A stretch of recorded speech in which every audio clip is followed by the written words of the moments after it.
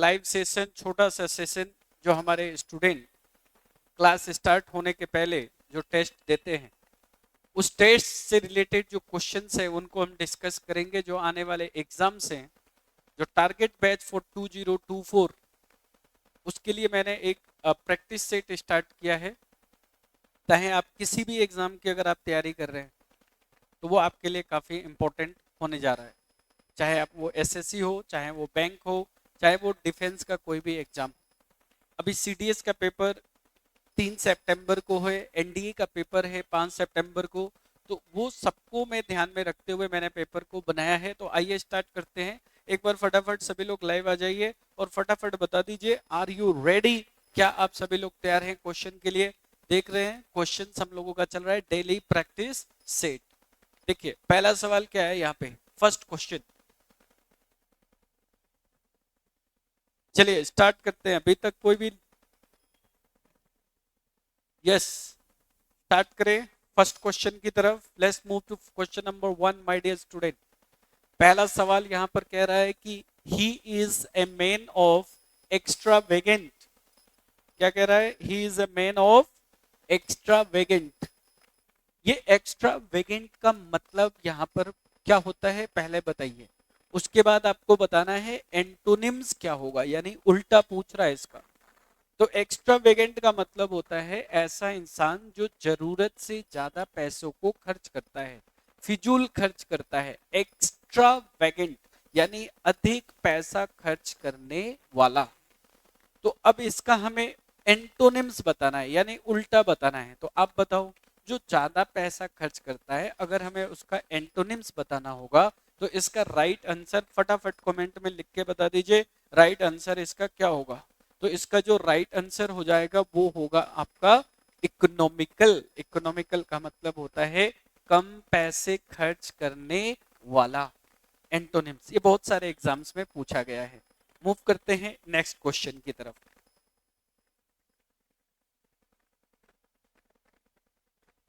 चलिए next question क्या है फटाफट बता दीजिए। कह रहा है नेक्स्ट क्वेश्चन कि his behaviour eight social gathering is loadable. ये पूछ रहा है यहाँ पे, लोडेबल का मतलब क्या होता है? His behaviour eight social place gathering is loadable. तो माय डियर स्टूडेंट, सबसे पहले आपको बताना है कि लोडेबल का मतलब क्या होता है। Very good evening all of you my dear students. Laudable का मतलब होता है प्रशंसा करना।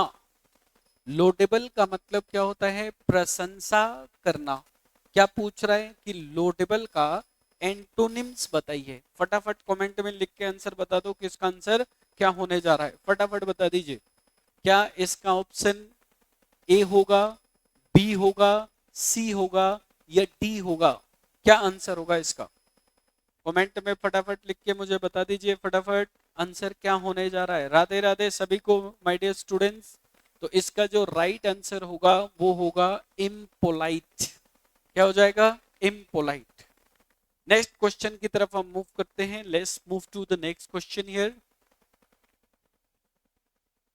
चलिए बहुत शानदार क्वेश्चन आ गया, इसमें सीखने वाली काफी चीजें हैं, बताएंगे।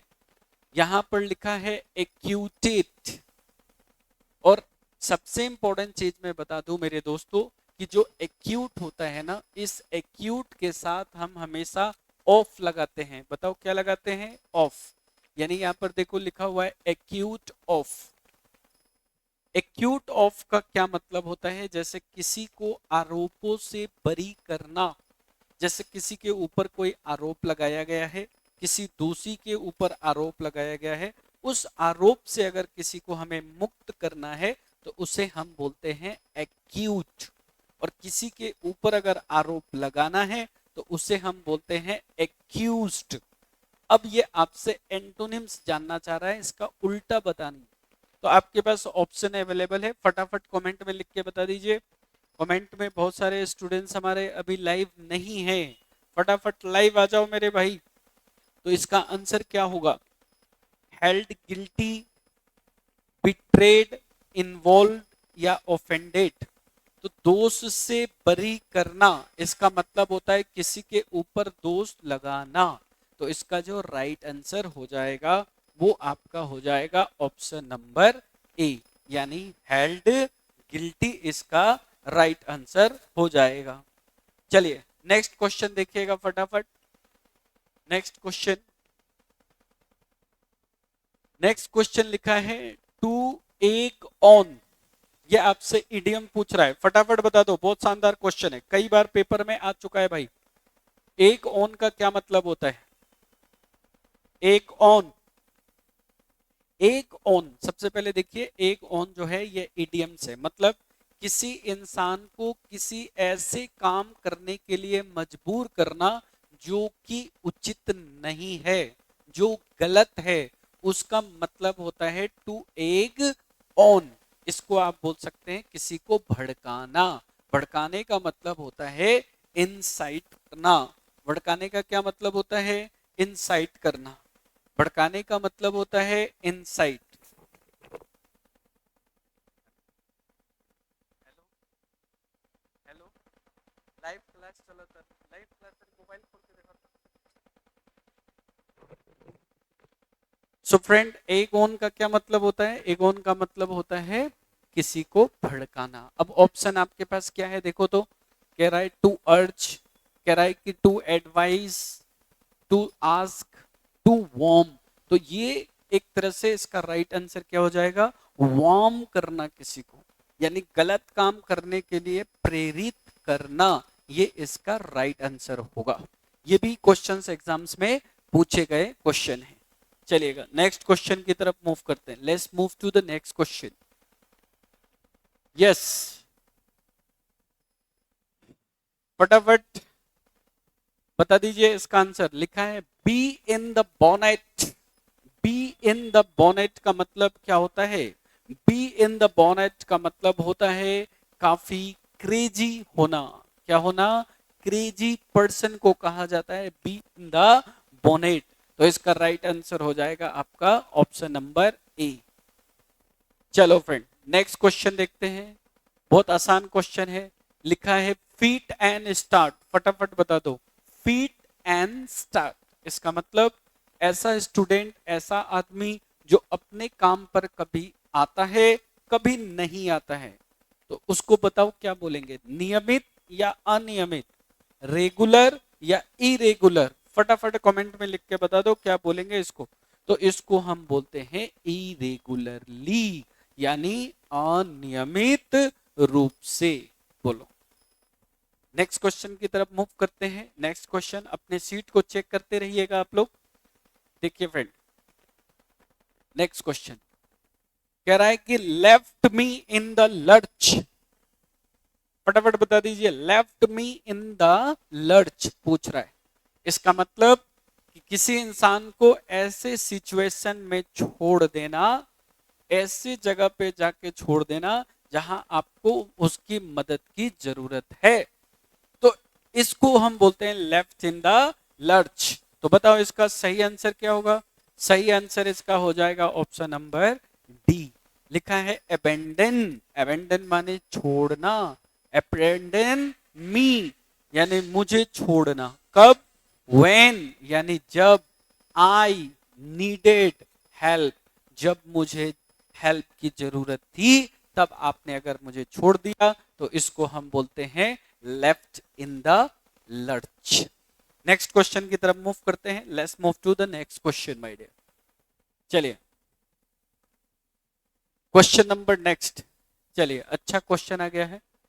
यहाँ पे फिल अप द ब्लैंक्स है, प्रीपोजिशन आपको करना है। तो जो बच्चे देखिए किसी भी एग्जाम की तैयारी कर रहे हैं, मेरा आपसे बस यही कहना है मेरे दोस्तों कि आप आराम से प्रैक्टिस सेट रोज लगाया करो, कम से कम 20 क्वेश्चंस का।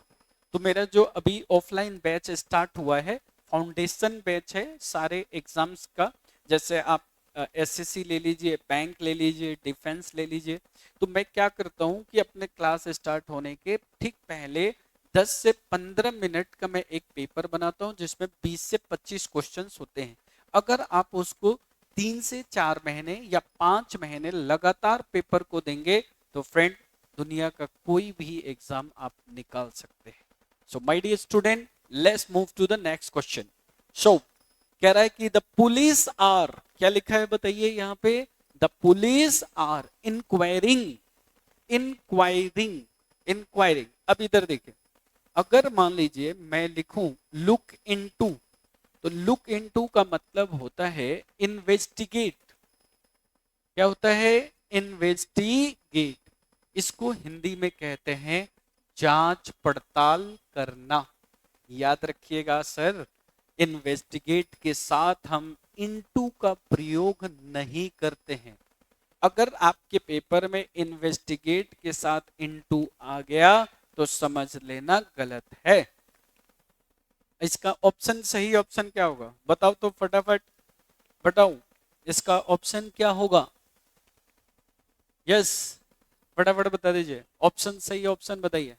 तो यहां लिखा है इंक्वायरिंग, आंसर हो जाएगा ऑप्शन नंबर बी, यानी इंक्वायरिंग इनटू इसका राइट आंसर हो जाएगा। ठीक है, चलते हैं आगे बढ़े नेक्स्ट क्वेश्चन की तरफ।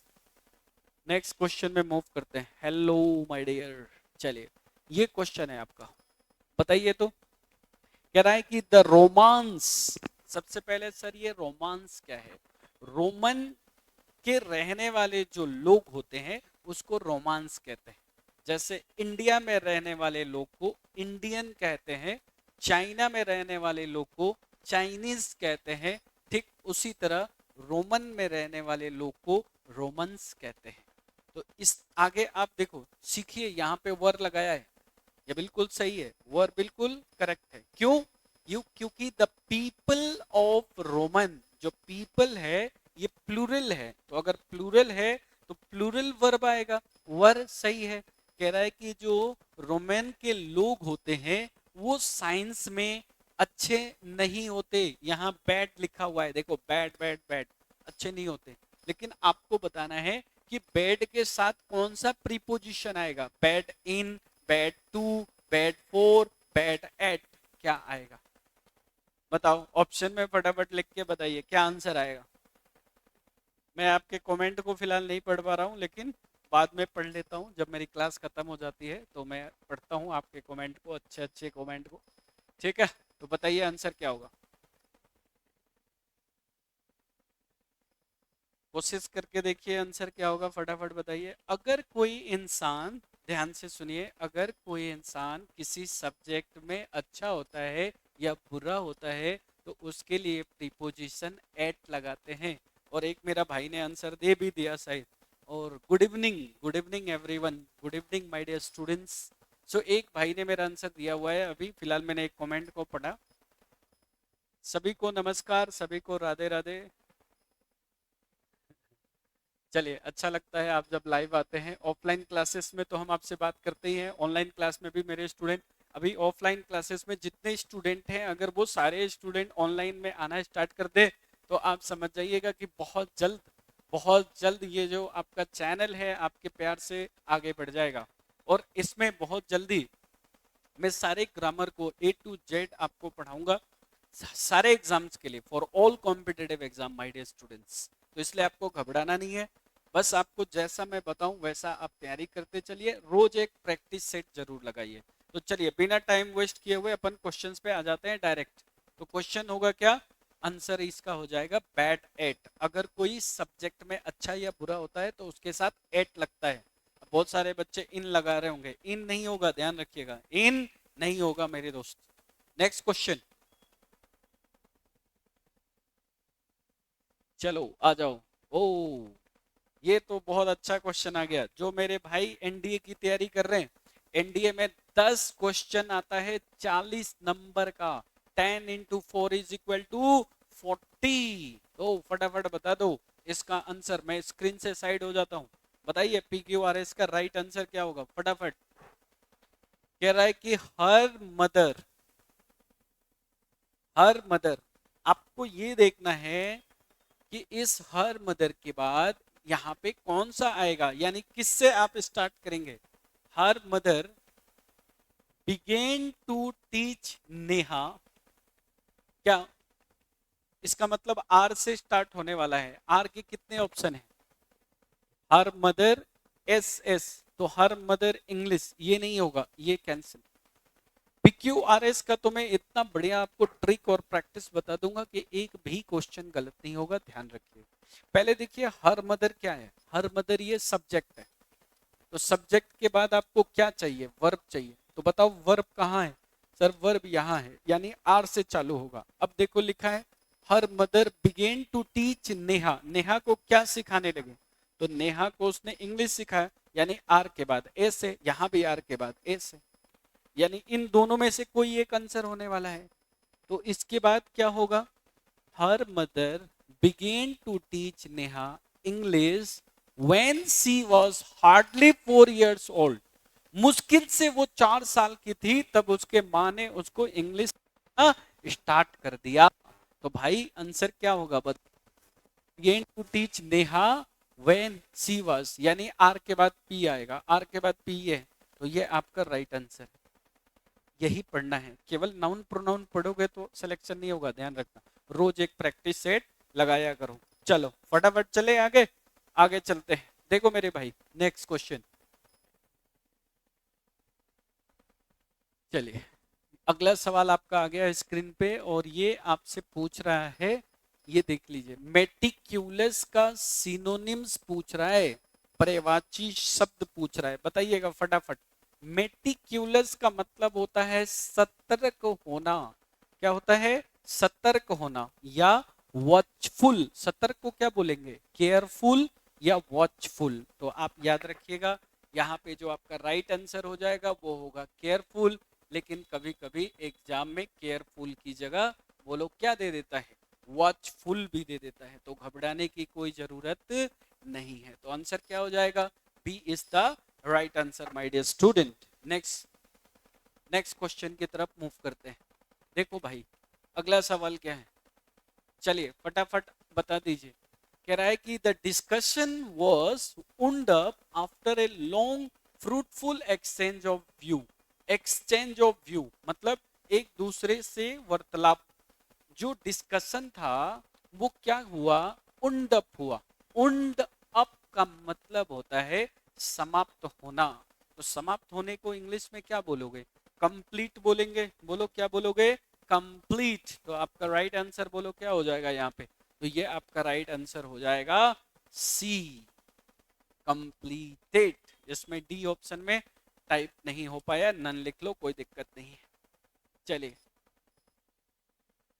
नेक्स्ट देखिए, अच्छा ये क्वेश्चन को रिपीट कर दिएगा, चलिए यहां पर देखिएगा। ये कह रहा है कि the experts minute examination brought to light some important clue.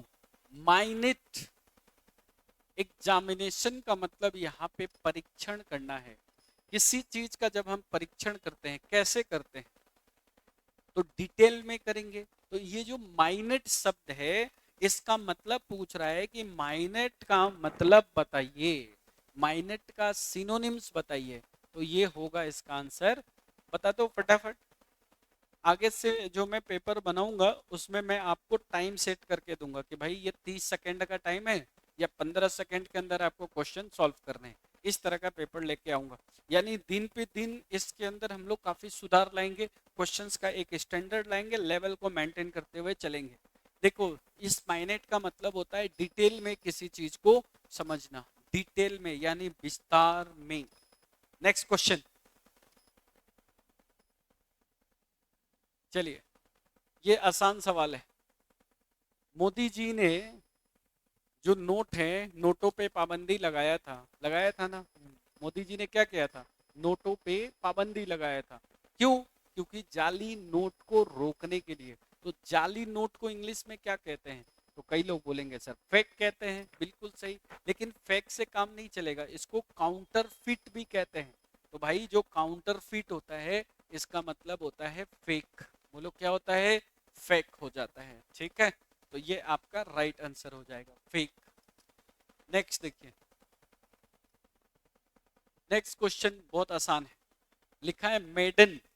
Maiden, तो भाई याद रखना मेडन स्पीच का मतलब होता है पहला भाषण, यानी फर्स्ट स्पीच को बोला जाता है मेडन स्पीच। एक एग्जाम्स में क्वेश्चंस आता है speech which is made for the first time, ऐसा भाषण जो पहली बार बोला गया हो, उसका आंसर होगा मेडन। और a speech which is made without any preparation, जो बिना तैयारी का भाषण किया जाता है उसको हम बोलते हैं एक्सटेम्पोर। क्या बोलते हैं? एक्सटेम्पोर। ये इस बार एमटीएस के पेपर में पूछा गया था। So my dear students, let's move to the next question. तो इसका जो राइट आंसर हो जाएगा वो क्या हो जाएगा? फर्स्ट हो जाएगा, ये ध्यान रखना। चलिए नेक्स्ट क्वेश्चन क्या है? चलिए अच्छा क्वेश्चन आ गया। क्वेश्चन क्या है ये? Scientist point out, point out, point out. अब बताओ, पॉइंट आउट के बाद आपको ये PQRS करना है, बता दो फटाफट। क्या करना है? PQRS। आंसर बता दीजिए, आंसर बता दीजिए, आंसर क्या होगा? PQRS, PQRS। देखिए एक्चुअल में मैं लाइव 7:30 बजे ही आने वाला था, 7:30 में, लेकिन कुछ टेक्निकल प्रॉब्लम रोज हो जा रहे हैं तो इसलिए मैं नहीं आ पाया, इसलिए 8 बजे लाइव आया। लेकिन मेरा जो लाइव आने का टाइम है वो 7:30 है। ठीक है, तो जो भी पेपर होंगे इनका सॉल्यूशन लेके मैं शाम को आपके पास आ जाऊंगा। जरूर इनको देखें, और अगर आपको अच्छा लगे तो आप अपने फ्रेंड के साथ जरूर शेयर करें। आपको कौन से टॉपिक में इंग्लिश में सबसे ज़्यादा प्रॉब्लम होता है ये आप हमें कमेंट में लिख के बताएं, ताकि मैं उस टॉपिक को अपने यूट्यूब चैनल पे बिल्कुल शुरू से लास्ट तक पढ़ाने का काम करूं। साथ साथ में मेरी खुद की एक एप्लीकेशंस मैं बनाऊंगा, सोच रहा हूं अभी, इंग्लिश विद SK श्रवण के नाम से। और इस एप्लीकेशंस में मेरी पूरी लेक्चर आपको मिलेगी। आप किसी भी एग्जाम की तैयारी कर रहे हैं, ऑल ओवर इंडिया स्टूडेंट जहां भी हैं वो मेरे क्लास को अटेंड कर सकते हैं मेरी एप्लीकेशन की मदद से। तो बहुत जल्दी मैं उसके बारे में भी आपको बताऊंगा। ठीक है, चलते हैं क्वेश्चन की तरफ, फटाफट आ जाओ क्वेश्चन की तरफ। चलो, कह रहा है कि साइंटिस्ट पॉइंट आउट, क्या पॉइंट आउट किया? कह रहा है कि that it is an aftermath that has now reached its peaks of the 11-year cycle of sunset activity। बताओ इसका आंसर कहां से होगा, कहां से स्टार्ट होगा? साइंटिस्ट पॉइंट आउट के बाद क्या आएगा? फटाफट आंसर, आंसर बताना स्टार्ट कर दीजिए, क्या आएगा आपका आंसर? देखिए पॉइंट आउट के बाद पॉइंट आउट हैज तो नहीं आ सकता, यानी आर से स्टार्ट नहीं होने वाला है, ये ऑप्शन कैंसिल हो गया। Scientist point out of sunspot activity that it is an aftermath that has now reached its peak of the 11 years cycle। बताइए, तो बताओ इसका आंसर कहां से होगा? द साइंटिस्ट पॉइंट आउट, क्या आंसर होगा इसमें? ए, इसमें एक ऑप्शन कैंसिल हो चुका है, आपके पास 3 ऑप्शन है, फटाफट बता दीजिए आंसर क्या आएगा, आंसर क्या आएगा? देवेंद्र, देवेंद्र मेरे भाई, देवेंद्र कह रहे हैं कि सर आंसर डी आएगा। डी, चलो चेक करते हैं डी एक बार। Scientist point out that it is N aftermath, यानी कह रहे हैं क्यू से स्टार्ट होगा। दैट, दैट के बाद that has now reach its pick of सनस्पोर्ट activity of the 11 year cycle. अच्छा एक बार ऑप्शन नंबर बी को चेक करिए आप लोग, check option number be my dear, check option number B. Option number B किसी ने चेक किया है? फटाफट बता दीजिए। Scientist point out of sunspot activity, point out. So I think B is the right answer of the questions. Check कर लिए, B is the right answer. जिसने भी बी बताया है, B is the right answer है आपका इसका, PQRS का। माय डियर स्टूडेंट्स, बहुत अच्छा क्वेश्चन है। PQRS आप रोज प्रैक्टिस करिए, रोज आपको कुछ नया नया सीखने को मिलेगा। हम लोग अगले क्वेश्चन की तरफ मूव करते हैं। Let's move to the question number next.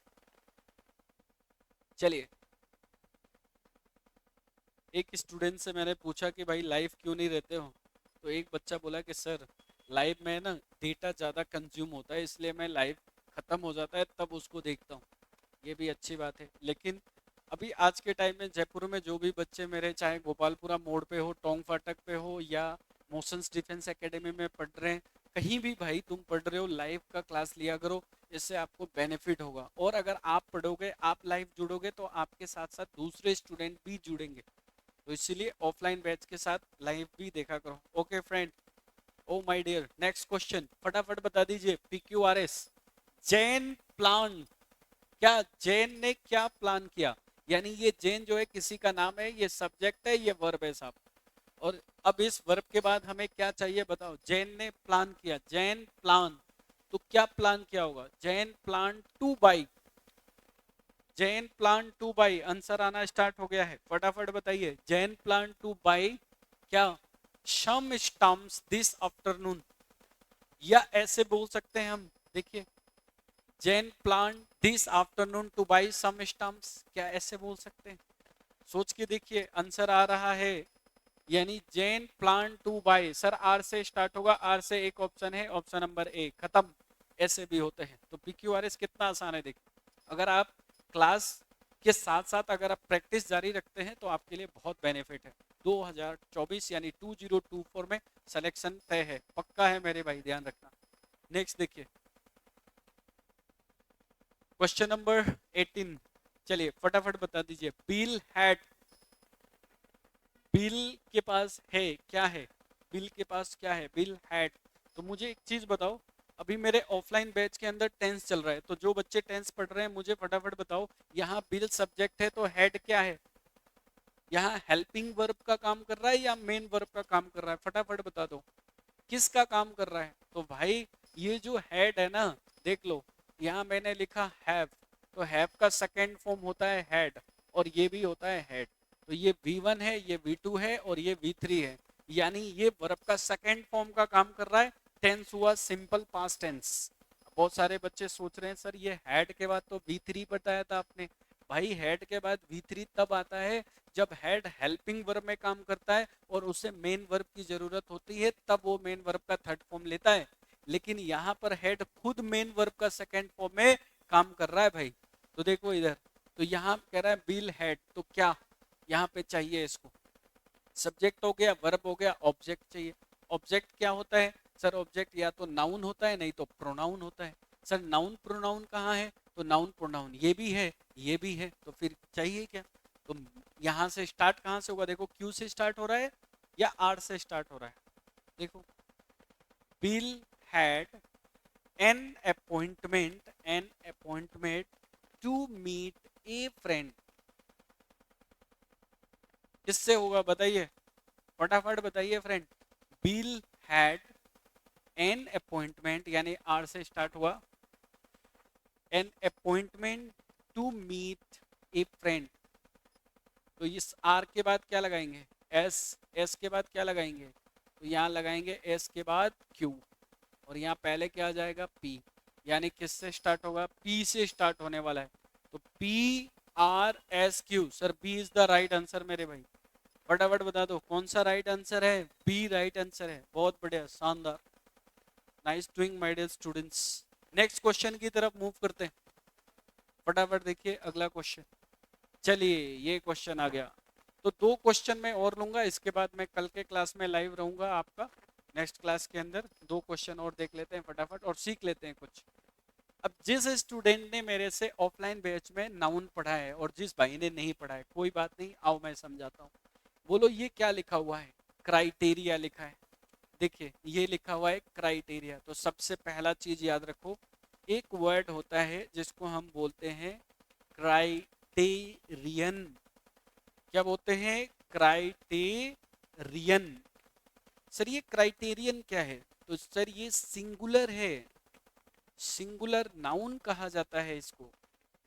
इसका प्लूरल कैसे बनता है? तो इस ओ एन को हटा दीजिए, और ओ एन हटेगा तो ये बन जाएगा क्राइटेरिया। यानी ओ एन को हटा के आपने क्या लगाया? तो ए लगाया, बन गया क्या? क्राइटेरिया। लेकिन आपके एग्जाम में ये थोड़ी पूछेगा कि क्राइटेरियन का प्लूरल बनाओ, नहीं, आपको देख के पहचानना होगा, और पहचानने के बाद आपको क्या करना है कि अगर ये सिंगुलर है तो इसके साथ वर्ब सिंगुलर आएगा, और अगर ये प्लूरल है तो इसके साथ वर्ब प्लूरल आएगा। अब ये क्राइटेरिया को देख के हमें यहाँ इज की जगह क्या लगाना चाहिए? आर लगाना चाहिए। अब कई स्टूडेंट बोलेंगे सर एक काम करो, इज है ना, इसको क्राइटेरियन कर दो। तो यहाँ क्राइटेरियन को हम चेंज नहीं करेंगे, क्राइटेरियन तुम्हारा सब्जेक्ट है और सब्जेक्ट के अकॉर्डिंग वर्ब चलता है। तो सब्जेक्ट प्लूरल है तो इज की जगह हम आर करेंगे, ये बात को ध्यान रखिएगा। बात आई समझ में मेरे दोस्तों? चले आगे चले साहब, चलो आगे चलते हैं। देखो फ्रेंड, नेक्स्ट और आज का आखिरी क्वेश्चन भाई, इसके बाद घर जाऊंगा, खाना वाना खाऊंगा और सो जाऊंगा। फिर मिलेंगे कल ऑफलाइन बैच में। ऑफलाइन बैच मेरा स्टार्ट हुआ है, इंग्लिश का foundation batch for all exam. हर जब भी क्लास लेता हूं तो आपको बताता हूं कि मेरी जो ऑफलाइन बैचेस है वो अभी फिलहाल कहाँ कहाँ चल रही है। तो टोंग फाटक पे चल रही है, गोपालपुरा मोड़ पे चल रही है, और डिफेंस की क्लासेस मोशंस में चल रही है। ठीक है, YSM क्लासेस के अंदर चल रही है। YSM क्लासेस टोंग फाटक और गोपालपुरा मोड़। तो सुबह 9 बजे टोंग फाटक पे चलता है, 10 बजे गोपालपुरा मोड़ पे चलता है।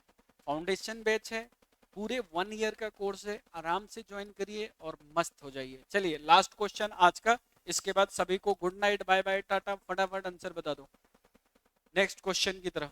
चलो बता दो फटाफट क्या लिखा है।